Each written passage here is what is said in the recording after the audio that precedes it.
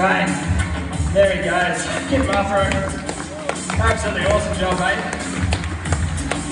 Now, you can see that once he had put on that strike, I could literally walk backwards faster than he could walk forwards.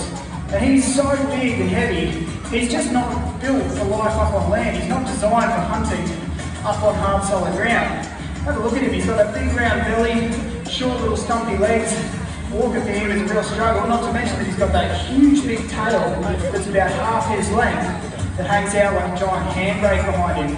I mean, I'm so confident that we are safe up here on land. I'm going to really put my money where my mouth is. Jimmy, can you come here for a sec? So you can just sit down. Alright, yeah, there you go. Alright, I'm going to take a few steps back. Maybe lie down. Alright. Okay, now roll towards him. Okay, have a look at him. He's not even making any slight effort. Even though Jimmy's like a little snack for him. Jimmy? Absolutely not worth his time. He knows that up here on land, there's no way he's going to be able to chase us down. We can get up and out of the way faster than he can come forwards. The crocs, when they live up in those northern waterways, they're living in the deep, dark, murky water, that's where he's the boss. So we'll see what happens if I get a bit further away from him, but I get closer to his water. What do you reckon, mate? He's splashing around. He cannot help himself.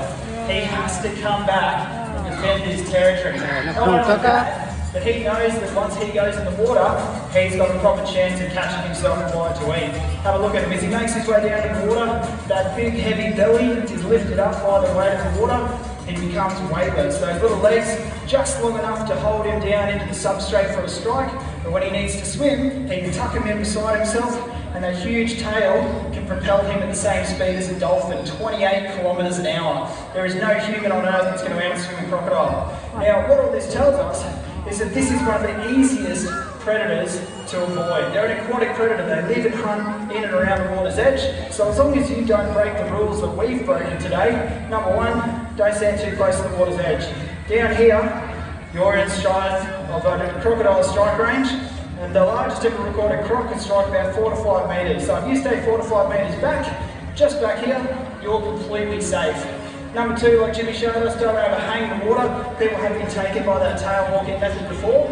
And number three, this is a real silly one that we shouldn't have to say, but just don't go swimming up in Northern Australia where there's crocodiles. People every single day, they go down to the water's edge, they have a look around, haven't seen a croc, right, let's go for a swim. These guys can hold their breath for upwards of 7 hours.